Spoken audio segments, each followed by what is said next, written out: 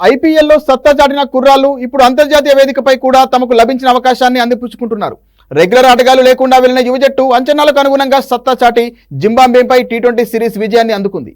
T20 world కప్లో విజేతగా నిలిచిన తరువాత జరిగిన తొలి సిరీస్ కూడా భారత్ ఖాతాలో చేరింది. జింబాబ్వే గడ్డపై జరిగిన ఈ 5 మ్యాచ్ల పోరులో మరో మ్యాచ్ మిగిలి ఉండగానే భారత్ 3-1తో సిరీస్ సొంతం చేసుకుంది.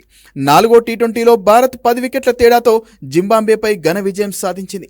టాస్ ఓడి ముందుగా బ్యాటింగ్కు దిగిన జింబాబ్వే 20 ఓవర్లలో 7 వికెట్ల నష్టానికి 152 పరుగులు చేసింది. కెప్టెన్ సికిందర్ రజా 28 బంతుల్లో 46 పరుగులతో టాప్ స్కోరర్గా నిలవగా, మరువని 31 బంతుల్లో 32 పరుగులు, మదివేరే 24 బంతుల్లో 25 పరుగులతో రాణించారు.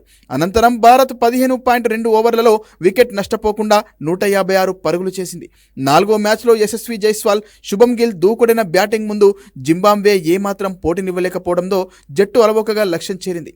జైస్వాల్ 53 బంతుల్లో 93 పరుగులతో నాటౌట్గా, అలాగే కెప్టెన్ శుభం గిల్ 39 బంతుల్లో 58 పరుగులతో నాటౌట్గా నిలిచి అజేయంగా జట్టును గెలిపించారు. ప్లేయర్ ఆఫ్ ది మ్యాచ్గా యశస్వి జైస్వాల్ అందుకున్నాడు.